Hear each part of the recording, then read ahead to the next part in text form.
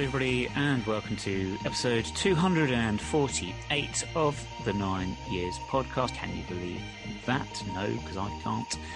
Pretty much means we've been doing the podcast for longer than I've been alive by my maths, but then my maths was never my strongest. So yes, you are listening to the voice of Nick Draper. I'm joined by the face of the BBC Sport website, Mr. Stuart Deakins.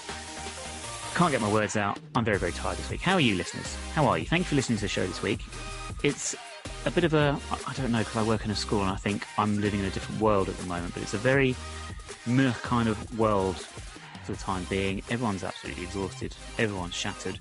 Everyone's got lockdown fatigue to the max. And it's really you're starting to see the effect now.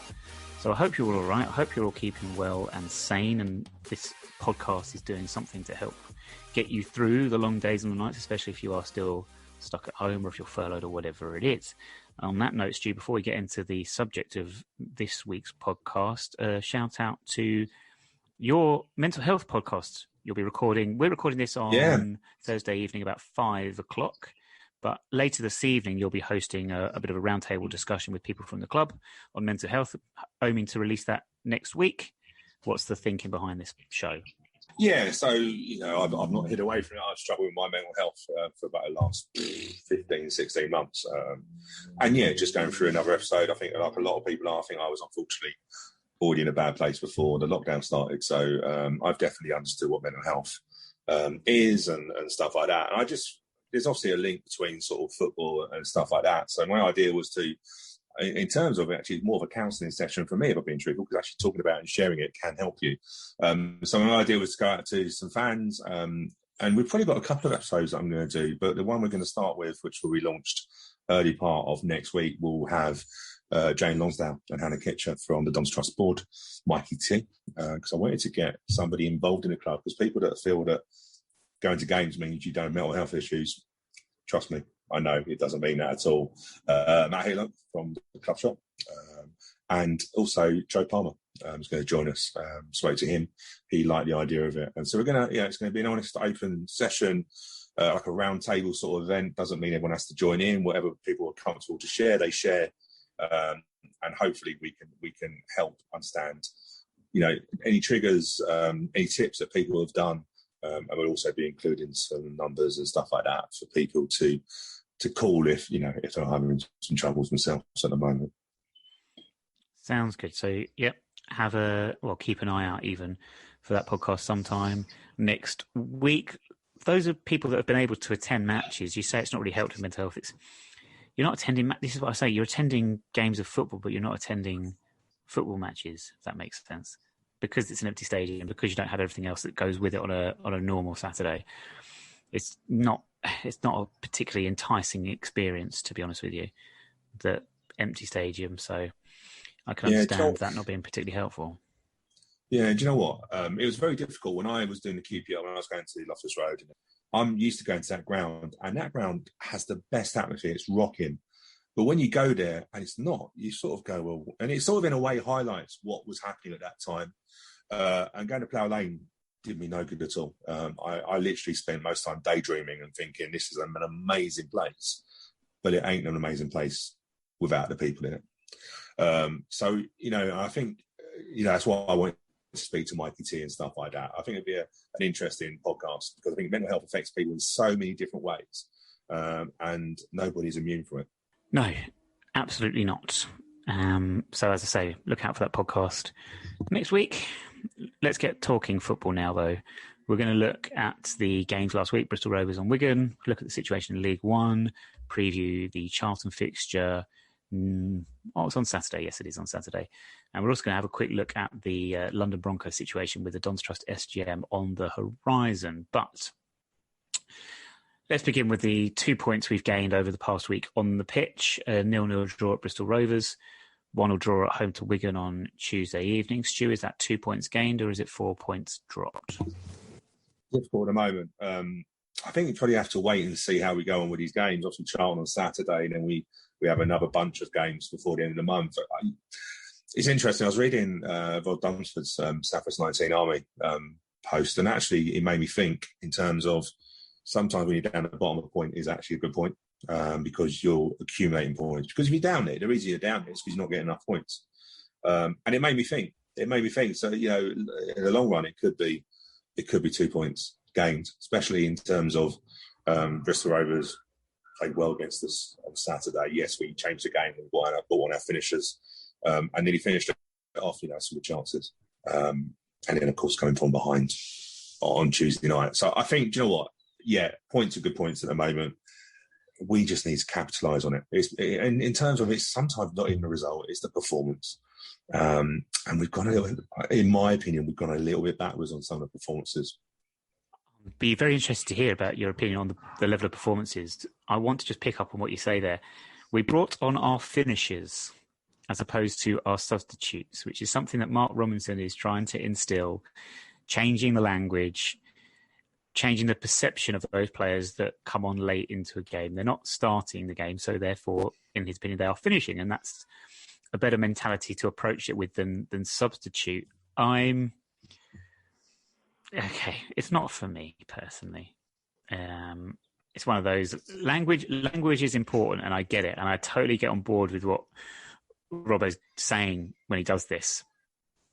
But I don't know. It just feels it's a little bit cringe for me personally. I get the mentality, and I'm totally behind the mentality. I don't think it needs the language change. It's interesting, isn't it? You know, I clocked onto it quite quickly, and the reason I did is because, you know, substitutes, if you think about it, and I go back to my days when I used to manage a Sunday team, and I give you an example, is I used to have subs, and they literally felt no part. I remember we got into a cup final many years ago, I picked a side, and the subs were like, oh, I'm going to have a fag and whatever. They literally, you know, it's a Sunday football, so we're not, you know, it's not professional. And they basically didn't feel part of the team. And now I remember a couple of my friends who were subs literally warming up ages and doing star jumps in front of me to get their attention and stuff like that, just so they could go on. And they didn't really feel part of the team, because unless you're playing, and some people said, you know, we won the game 4-0 in the end. It's actually the day we got beat by Bradford when Hartson got sent off up at Bradford. That's why I couldn't make it. And people got the medals. I'm like, I don't really feel I was part of that team. Do you know what I mean? It was really interesting. And when he said about finishers, well, that is the job, isn't it? You know, it's about a team ethic.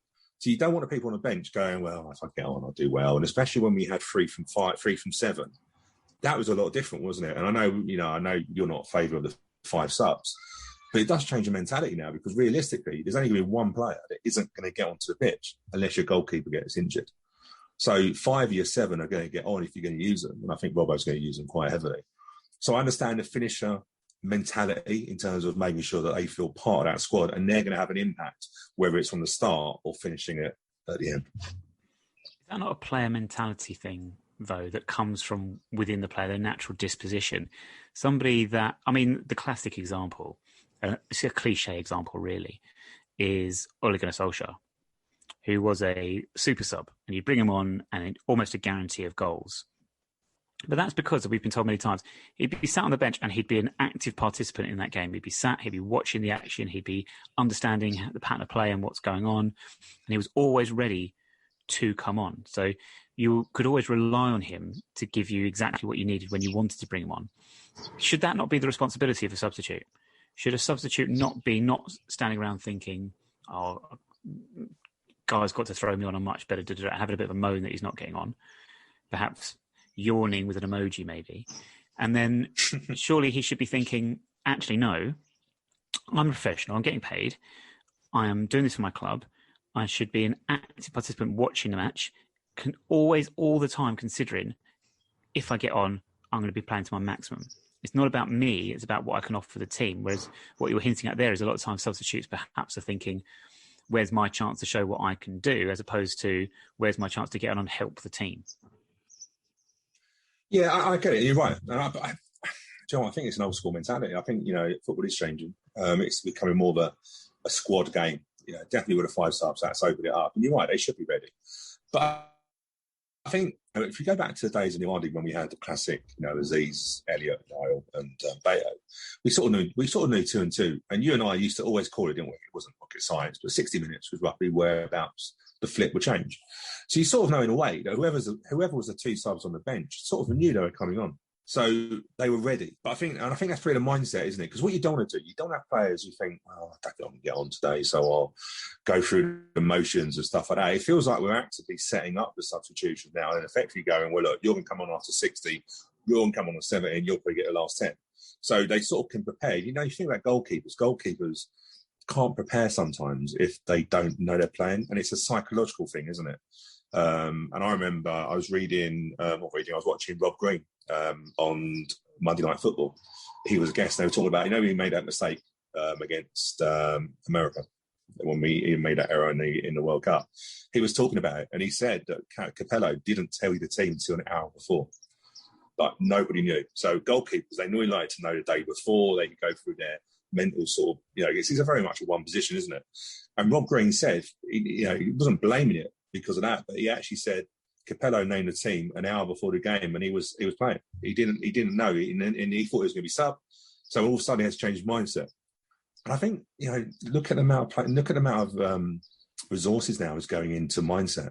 You know, psychological side. I think it is a big thing, and I suppose it's, you know, it's like the 1%, isn't it? It's the games. We've heard that before. We've got to get those games massively, and I think Robbo's experience with Eddie Jones and England Rugby, I think that's where he's got the finishers tag from. I quite like it. I think we should adopt it. We should have it in the program as finishers, and when they come on, the finishers are on. It's like a WWE move, isn't it? It's like the finishing move to end the match. And as much as I appreciate the WWE reference there, I do, and we've gone off on a bit of a tangent here, is there not an element, though, there of the Rob Green example of blaming someone else? I get it can be frustrating if the manager doesn't announce a team until very close to kickoff. But again, like I say, if you're a professional, you're preparing surely to be playing. I'm thinking of an example. It's like being a supply teacher. To put it into the context of my day-to-day job, if you're a supply teacher and you don't know, you turn up every day, you don't know what your day consists of. You might, in some certain circumstances, you might do, but generally you don't know. You don't know what classes you're going to be asked to fill in for or whatever. If you're going with the mindset of probably not going to be covering anyone today, or can't be bothered to cover anyone today, you're not going to do your job very well. They have to come in every morning with the mentality of, right, I've got however many hours, 6 hours worth of teaching today. I've got to be on it. I've got to know how to behave, how to get the best out of class, all these sorts of things. It's difficult. And if they're going in with the wrong mentality, they're not going to be successful, surely. Yeah, and it's about self-development, isn't it? It's about, you know, ownership and accountability, which is what Robbo uses quite a bit. I think we have to remember the squad is really young at the moment, isn't it?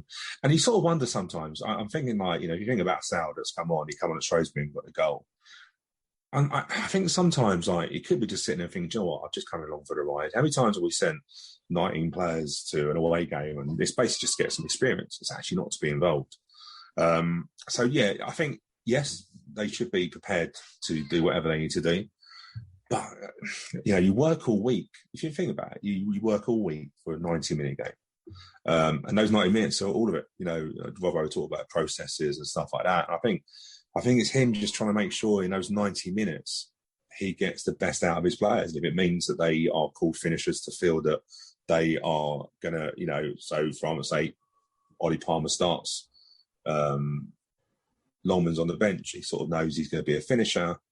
He'll get 20 minutes. He can go and finish off and get the goal. Ollie Palmer's probably put all that work in to get that centre half roughed up and knackered, and Longman goes in and finishes the job for him. Yeah, do you know what I mean? It's that sort of, I suppose, trying to keep them together because players are competitive, but we're going to need a squad.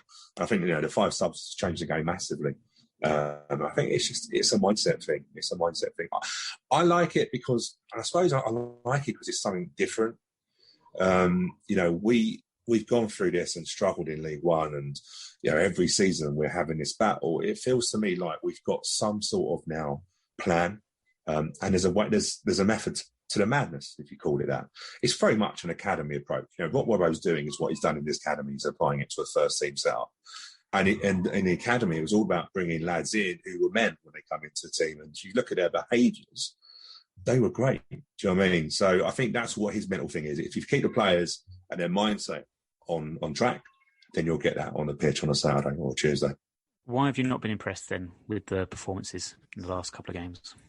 You know what, I think the problem is, and Robbo probably would acknowledge this, is we're trying to change it so quickly. Change of style, change of mindset, passing the ball, making risks, taking responsibility. I just feel I think we're caught in between two worlds at the moment. In terms of Bristol Rovers, I thought we were a bit patchy in terms of we were a bit defensive. We didn't, we had two in the midfield. We didn't seem to want to get forward. We weren't really brave enough with the ball. And we had to survive quite a bit of pressure. And Zanev had a great, start back in the team and saved us a few times. And then we brought the subs on, and all of a sudden it was a different game for the last 20. And that's what the subs do now. That's what your final, when you make substitutions late on, that's what happens. It's in a way, it's like going be defensive, sit on it. Last 20 win a game, and the last 20, if you win, if you get more goals in the last 20, you're going to win a game, because that's the most decisive part of it. I just feel though sometimes we go back to type when we're struggling. And Tuesday night, I felt we played too many long balls. Ollie Palmer started. I know, natural thing is when you've got a big man up top, is you can go and do the easy pass, and it's a cheap pass. A long ball is a. I always think when you play a long ball, it's a low responsibility pass. It's an easier pass. If you're not a very good footballer, and I wasn't, knock it long. I can't bother playing to the midfield because I might get taken out. And we just didn't play to our strength. I thought Rudoni was a waste. There's no point having him on the pitch. We didn't get enough service to him. And it was all the fault, Donald Johnson, Will Nightingale, all knocking long balls in channels, and we just weren't effective. It's the least amount of possession that we had. And in the end, let's be fair, it was a cracking goal that's got us a point. And we can't keep scoring really good goals to save points. It's great, but that was an outstanding goal that Dobson got late on against Wigan. Yeah, it's the point I wanted to make, to be honest with you, was the quality of the goals we're scoring opposed to the quality of the goals that we're conceding. It seems that we have to either work a lot harder to score goals than teams have to work to score against us. I think it was exemplified on Tuesday night, Wigan. Fantastic header, George Dobson, great cross, comes in from the right, makes a late run. I mean, outstanding header, bullet header. He's probably about 16 yards from goal. Arrows it into the keeper's bottom right-hand corner, has to generate a lot of power onto it. I mean, it's an outstanding goal. There's been likenesses made with Robbie Earle. Flip side to that, the goal we conceded to go 1-0 down, we looked all at sea. We looked all over the place. Back for, like, how many players, I don't know, back in the box by the end of it, by the time their forward finishes. But just seems to make just individual errors costing us again and again when it comes to conceding these goals. And it was poor. It was frustrating. And I imagine Robbo's being frustrated as well because, like you say there, Stu, we kept a clean sheet against Bristol Rovers. We don't follow it up with a defensive. Yeah, and I think the thing is, where we're not scoring loads of goals, we've got Piggott who hasn't scored since the 2 goals at Wigan. I think Longman hasn't scored in 16. And if you look at the last couple of goals, Adoni Aberdoni and Dobson got the goals, didn't they? So I think we're not scoring enough, which always puts pressure on your defenders. And unfortunately, any mistake, you are getting punished for. And the goal was that, as in terms of we allowed them to get a cross in. So, against Walker allowed the ball in. We're not going to got attracted out, which then meant Alexander had to come over, and then the cross went over him. Alexander's man gets a touch and sets it up. There's loads of errors in that. But unfortunately, because you're not scoring many, that's where the focus is. The defence are under a bit of pressure on that. But I think that, I felt we dealt with that most of it. The annoying thing is, I felt we dealt with most of their threats okay. But it's just those little lapses. And I think that's where I'm saying, like, we're caught in between two sorts of styles. So, the Wigan game, we set traps for them. In terms of our high press, there was a couple of times when we got the ball back in their half really quickly, and we set traps. We set them to come into, we set them to come in. We showed them inside, set them into midfield area, and we, and at one point we just swarmed on them and got the ball. So you can see there's little things that are coming into play, but they're not coming into play enough. And it's like what we need desperately is a pre-season. I reckon Rob in this pre-season will probably have high number of games because he will want to make sure that all those little errors and things like that are ironed out. And then when we go again, whatever league we're in next season, we go with a style because it's we have done a massive change. If you think about how we've changed, 3-5-2 direct football, we're getting 30% possession. We've now gone to literally like possession football, 50% passing through the lines, change formation. the amount of changes we've done in such a short space, that's your problem, because your players are going to sometimes make some errors, and those errors at the moment are just costing us goals. You mentioned formation changes, and you've already referenced Piggott and Palmer starting up top together on Tuesday, over-reliance on going long. But was that the only issue? Was there, I don't know, how does it work with Piggott and Palmer as a front two? Does one drop off? Does Joe Piggott almost play sort of just behind and we push up? It's almost like a 4-2-3-1, really. Your two strikers, just one in behind, as opposed to just normal, standard, traditional two up top. Yeah, and I wasn't too sure. Like, it looked when the formation, I'll be truthful, I was surprised that Palmer started. Even more surprised that he, played the full game. It's great, but I didn't expect him to. I thought it was a 4-2-3-1, but Rob in his interview afterwards did say he went to 4-4-2. And Piggott did. Palmer was the main man. Piggott dropped off, and we know he can do that. If you can get Piggott to play, sort of those holes in between midfield and the front two or front one, he can get a ball. He's got a good pass, and he can bring players into a game. And I think that's where he was. But the problem is we don't really have natural wingers. That's your problem, isn't it? Like, if you think in that team, who's a winger? Longman, winger at Brighton, I actually think he's better playing through the middle. I think he's effective through the middle. I think, again, Radoni, do I really want Radoni out wide right? I think you need to get him on the ball.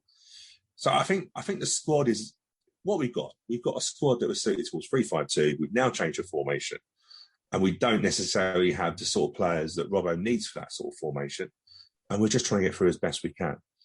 I expect to see a lot of change in the summer. Again, as we've said every time, we keep making, but we've got to make sure that changes are right this time. And this is for a 2 or 3 year plan. Because ultimately, we know that, I think we can all see the style of football that Robbo wants to play is a really attractive start. It's really attractive. But at the moment, through no fault of anybody, it's just a bit of mix and match. And that's what you get when you change it during the season. Shea Alexander, what have you made of his performances recently? I think Shea's good defensively. I think if you we've got 3 right backs. If you think about it, we've got Dino Johnson who started playing there. We've got Luke O'Neill. We've got Shea Alexander. If I'm being truthful, I think if you're playing at home and you're playing with Ollie Palmer up top, I think you play Luke O'Neill because Luke O'Neill was a more effective going forward. How many goals did he set up? Do you remember when we signed him? If you think about it, he was our top assist, wasn't he? And some of the moves, some of the balls he put in, great. I don't think Shea Alexander is at the level that Luke O'Neill is, but he's probably a better defender. So I was a bit disappointed when I saw Shea starting. Nothing against Shea. I just felt we wanted to go. I just felt we were better off if we could get going forward. Because what a lot of times happened in the first half with Shea was that Radoni and Longman kept taking his space. So we couldn't really get any overlaps because we tended to go out wide, and that was your problem. You're stopping your fullbacks getting involved.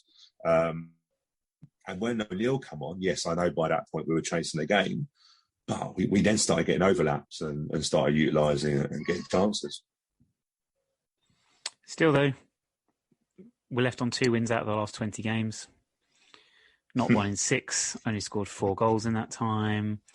I was making a point on Twitter in the week. There was as there always seems to be on the Wimbledon fans Facebook group, there always seems to be a meltdown, whatever happens. But I felt it on Twitter as well. There's lots of talks catastrophising the failure to beat Wigan and the situation that we're in. And yes, the stats I've just read out there aren't great, but as I keep saying, on the flip side, 12 games to go, 3 of the bottom 4 still to come to Plough Lane. We've got a game in hand. If we win that, we're out of the bottom 4. So there's lots of reasons to be not, positive, really. Like you said, Stu, we're trying to steal new ideas. Performances are generally, as a general rule, coming along. You can see what we're trying to do. You can see what we're trying to make happen. I don't need this sort of apocalyptic reactions to every single game that we don't win, or it's becoming a bit much, to be honest with you. And I'm still pretty confident. I'm still anticipating being in League One next season. Now, whether that's a poison chalice or not, that's another conversation. But if you want to avoid relegation, then I'm not throwing in the towel by any means yet. And we shouldn't be throwing the towel in. But we're in the mix. You're right. We win a game and we come out at the bottom 4. But let's be fair. It's going to go down to the final game.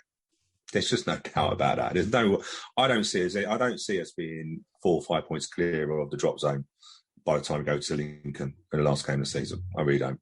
At the moment, it's interesting because Lincoln are starting to choke. They lost against Gillingham in the week and lost at home to Rochdale. So Lincoln are starting to choke a little bit, and that's natural because they haven't got the experience. There's no doubt we have the worst 4 games to finish the season you could possibly have. However, you could argue also that no matter what those teams are we're playing, it's going to be tough because there's so much riding on those games. But we're there or thereabouts. You know, play Charlton on Saturday, new manager coming in on there, and we take each game. One thing that you will see is that we will get stronger as the games progress because those things that we're doing in training and those sort of habits will come in. We're also starting to get players back in. Even Chislett played in the under-23, Zach Robinson, Ollie Palmer started. So, you know what? Yeah, we're still in the mix. I wouldn't say to you I'm 100% confident we're going to stay up. I'm about 50-50 at the moment. I think we've got a chance of staying up. We've left ourselves in there with a fighting chance. But ultimately, if we get relegated, I am not that bothered either. And there's 2 reasons. I've not seen a game for God knows how long. Whatever division we're in, I'll be happy to see a game, and I'm really confident of what the process is Robbo's putting in. So if we did get relegated, I don't think it would be a flat relegation. I think we would see quite an exciting start to the next one. You did say there that you're about 50-50. I thought you were in fact 50. Well, I might as well be. I might as well be. But yeah, I couldn't tell you we're going to stay up. I really couldn't because I don't really know. This team surprises me. The start against Blackpool, a mad start against Blackpool, who hadn't been beaten at so many, hadn't been beaten at home for so long. And then the last 15 against Bristol, we absolutely battered them. So do you know what I mean? It's like in a way we're playing in little bursts. We're seeing a little bit of the new style. And sometimes when it gets a bit tough or when we get a bit nervous, we go back into what we've done before. But hey, look, we're going to get stronger, aren't we? I hope so. I certainly hope so. I think we all do. The last or final 4 fixtures you referenced there, it's interesting now, I'll use that phrase, because it's been upset by the postponement of the Rochdale game. So we were due to play Rochdale next Tuesday, but that was rearranged because of international call-ups on their behalf. It's quality, I know, how random. But anyway, that now becomes our penultimate home fixture of the season. It goes right in the middle of those 4 games. So previously it was Oxford, Ipswich, Portsmouth, Lincoln. Rochdale now slot into the middle of those, and that becomes an absolute... Well, no, I'd say it becomes a 6-pointer relegation decided. It doesn't. I think Rochdale are gone. I know they had the win over Lincoln. As you said, Stu, Lincoln have been in poor form. I don't anticipate Rochdale getting out of this. I think Swindon are also gone, by the way. So I think we're actually looking at 2 from 3. Let's have a look at it as it stands. We've said we're 22nd at the moment, 2 points from safety, game in hand. We are above Swindon, as I said. And Rochdale, I do think it's now 2. I think Swindon and Rochdale gone. Northampton and ourselves battling it out maybe with Wigan.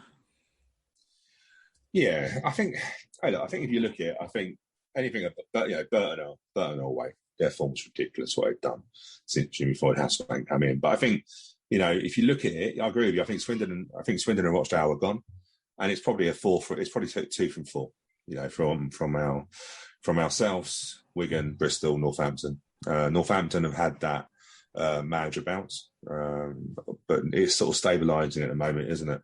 But the difference is we've got to play Swindon, we've got to play Rochdale, we've got to play Northampton at home. Yeah. I know we didn't beat Wigan. Fair play. We got a point. They didn't get away from us, but we can catch them. But we've got the games at home, so it's 2 from 4. It's 2 from 4 now, and unfortunately, I think it's going to be like that majority of the season. And we just got to see who chokes. Yeah, let's be fair. We know the game. We've been here before. It's not as if we're new to the fighting relegation each season. Yeah, and I think there's 2 ways of looking at that. It's the old Coventry/Southampton scenario in the Premier League days when we were in the Premier League. They were the experienced ones who'd been there and done it before and staying up towards the latter stage of the season. But in both instances, there comes a point where it catches up with you and you can't keep doing it year after year. So it'd be interesting to see which side of the coin we land on this season. Before we talk about the London Broncos, let's preview the Charlton game now. Slight edit to the format as we're on fixtures, as they are next. They visit Plough Lane on Saturday, and I have noticed they've got a bit of an upturn in their form over the last few games, and they've got Nigel Adkins now in charge because Lee Bowyer has departed for Birmingham, which was a bit of a surprise. But Nigel Adkins is a very experienced manager at this level, very successful manager at this level. And as I said, they've won 3 of their last 6. I actually think it's 3 of their last 5, unbeaten in 5. So it wasn't a couple of weeks ago I was looking at it going, oh, they're having some shocking results and they seem to be on the slide, but they seem to have arrested that. And I think it's a really tough game now, especially with Adkins. New manager bounce. He'll get them playing football. They've got quality. They've got Jake Foster-Karski. They've got Connor Washington. They've got Chuck Zanike. They've got goals. They stuck 5 past us earlier in the season. I think it's a big ask. I think it's a big ask for us.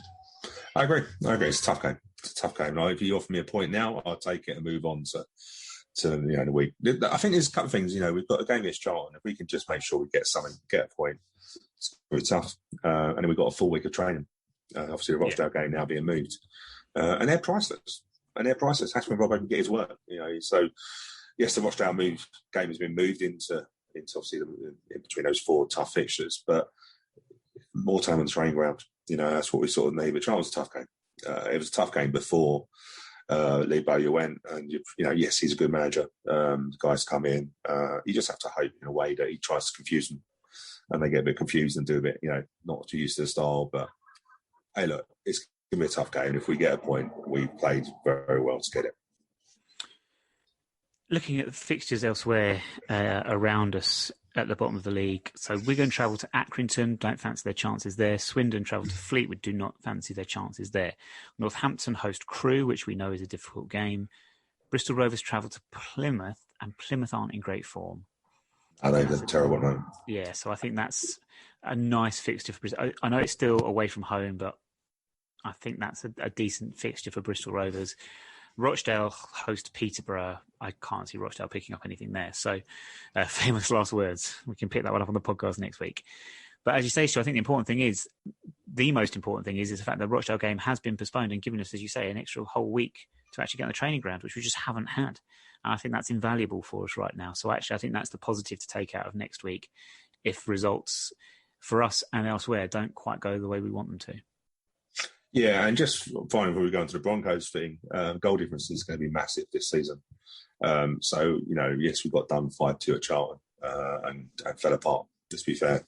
We can't afford that. We can't afford to do the 3-0 defeat with Hull and Sunderland because the goal difference is going to be massive. It could be an extra point. It's so all the teams down there are like -23, -24s. So we've just got to make sure if we're going to lose games, we don't want to. We don't fall apart. We just lose by a goal because it's going to be important. We could. I wouldn't be surprised to see a team or 1 or 2 teams start a goal difference on the last day of the season. Oh, what joy! Don't we love it? Do you know what? I'll be very honest with you, Stuart. I'd just be happy for this season to be over because it has been the actual longest. Just been the longest year, the longest season. I just want it over with and almost scratch from the record books almost by the end of it, to be honest with you. We need some fun, don't we? Do you know what? We've all missed football. We've all missed people. I think that's, if we're honest, I miss taking the mick out of your hair, even though I can do it via Zoom. I miss just being a butt of jokes. I've not missed my year 10s, by the way. Can I just say that? You say we've all missed people. Ugh. Yeah, I'm not fussed about them, but anyway, go on, carry on. I'm joking, ladies. By stupid humour. I miss Paul Raymond cracking. I miss Paul Raymond cracking stupid jokes, or something upset. I miss Matt Harwood talking about hair buns and stuff like that. I'm deliberately going to get Thomas in a hair bun for the first game of the season because I want Matt because I know Matt doesn't like it. It's I think we just missed that, and this is why if we get relegated, I ain't really too bothered if I'm being honest with you because whatever division we're in next season, we are going to get a chance to see a game at a new ground and just do a bit of enjoyment. Do you know what I mean? Like it's been a struggle. So yeah, I'm missing seeing people. You're missing Matt Harwood talking man buns. Sounds like a segment on This Morning. Something like Philip Schofield will do. But you know what? At this point, I'll take Liam Trotter back just to be able to moan. No, steady. But you know what? I would just do anything to see a footballer play football in Plough Lane. Yeah, like I say, I've been lucky enough to be there, but it ain't the same. And you look at it now. I watched the game on Tuesday, and I turned it on at 6:15 on iPhone, and I was listening to Supernova from the Oasis. It sounded great, Champagne Supernova. Champagne Supernova, sorry. But if you remember, like the speakers at Plough Lane, the speakers at Kings Meadow, if you turned it up too much, they would probably end up just breaking. They were like tannoys, weren't they? They weren't speakers. But well, what? I don't know what you call them, but they're like, Public address system. Tannoy is a brand name. Oh, okay. But what I mean by that is, like when those people on the street speak through those loud sort of like, I don't know, horn-shaped things, and it projects there. That's what we had. So it had no bass on it or anything. So if you turned it up, you could end up cracking it. And I remember Mikey T saying to me, "Sure, I can't turn it up because it would probably, just the bass would kill it." But it sounded amazing. It sounded amazing. The lights looked amazing. The dons on the light, everything just looked great. And it was just like, could you imagine if we were there, home game against Wigan? The atmosphere would have been immense. And the goal that Dobson scored, if you look back at the goal, by the way, I didn't spot this early on. He starts the move. He intercepts the pass. He goes wide, and then he goes straight into the box. And when you say Rob Yell, yeah, spot on. But that desire, do you know what? If he had scored that goal in front of what stand is it? I don't know. Standing stand. Can't we say that? The home end. The home end. Well, yeah. Could you imagine that? It would just have been electric. Yes, absolutely. And as we say, the sooner we can get back, the better. And it should be a lot sooner than has been mooted. But anyway, never mind. Another conversation for another day. Not got much time left, actually, Stuart. And to be honest with you, I didn't want to talk too much about the Broncos because I think we want to go more in depth on this one next week, because next week's the last show before the SGM. So the SGM is on the 31st of March via Zoom at 7:30 p.m. And it is to discuss the potential of London Broncos sharing Plough Lane, playing their first team fixtures at Plough Lane Stadium for what is said to be a 10-year lease, which will net us between £200,000 and £500,000 a year. So it's a pretty decent deal, depending on... Interesting quote on the information that was sent out with this. The amount of money that would come our way is dependent on what division the Broncos will be in. And it references their ambitious plans, or ambitiously looking to get into the Super League, which suggests that it probably isn't actually going to happen. I haven't given it really much thought, to be honest with you, Stu, but initial thoughts before we talk more about it next week.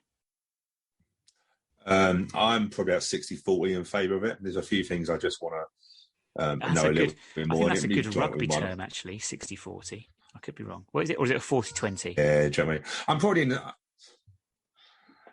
I don't know. I'm probably... Do you know what? I'm probably in that scrum, do you know what I mean? Waiting for the ball to be released, and I'm maybe just waiting to see whether the ball comes out the right side. I don't know. You know me, rugby. I'm not really clever. I know. I don't know that's the right code. I don't know. He's got rugby league and whatever. But yeah... If you look at it, and we can discuss it more next week, but the Broncos have been in the Super League 4 times in the last 9 seasons. So they're not a regular within it. So, for the deal to work, we want to get the maximum amount of money. Of course we do. So that's the key thing. So, but I'm probably on the side of voting through. I think it would go through quite comfortably, to be truthful, because I think people will see the money, and in the the environment we've got at the moment, the economy, $200,000, even if it is that, is not to be sniffed at. No, absolutely not. So as we say, we'll talk more about that next week on the podcast, because it is about time we actually signed off. Stu, you wrote a piece for our website during the week, 9yrespodcast.org. If people haven't seen that yet, I thoroughly recommend checking that one out. Just go to our homepage. It'll be under the comments section or on the front page. And Stu, just summing up your thoughts really on what it's like to follow football matches whilst being unable to attend them. Yeah, again, like I say, it was therapeutic for me just to put things on paper, because I think we're all experiencing different things, aren't we?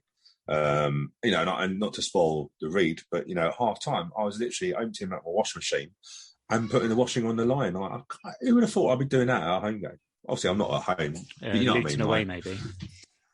Yeah, just chuck it over the stand, but. Just things like that. I'm hoping that next season, when we go back to games, we can have a chuckle about our match day experience and what it was like back in the year 2020. 2021.